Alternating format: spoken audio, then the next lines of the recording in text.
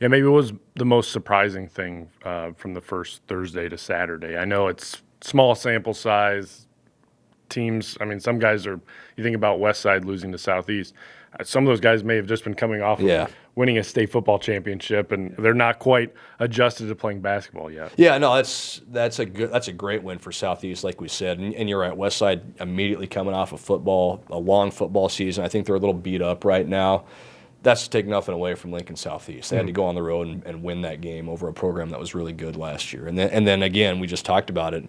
Lincoln East boys get them 2 nights later, in a sub 10-point game. I think it was 59-51, something like that. So a competitive game, down to the end. So seeing Southeast beat Westside is not a huge surprise. I think if you're going to get Westside, you got to get them early.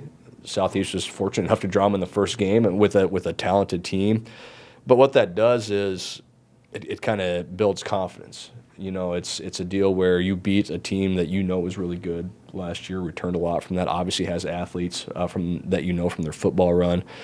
And then you kind of get a litmus test, a wake-up call that next game when you're playing East and lose a close game. So, yeah, maybe the biggest surprise for me is North Star right now, sitting there at 2-0.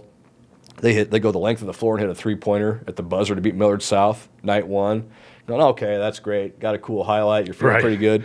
2 nights later, they beat Creighton Prep, who's always in contention. Yep. And so that tells me that North Star is real. And it's probably, as it always kind of is, probably a depth issue. Can they stay healthy? Those sorts of things. They win that first game without Brendan Clemens. He didn't play the first night.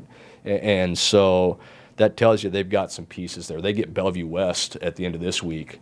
So you're going to get a real good test, and we know Prep's good. Bellevue West maybe on a little different level than everybody else in Class A right now. But, yeah, North Star, if you want to call it a surprise, sitting there at 2-0, that's probably the biggest quote-unquote surprise. Right. I think, like we said, there's good depth in the city, and you kind of think of some of those East, Lincoln High, Southeast teams like that. North Star's maybe not the first team that you think of, but give credit to the Gators after a good start.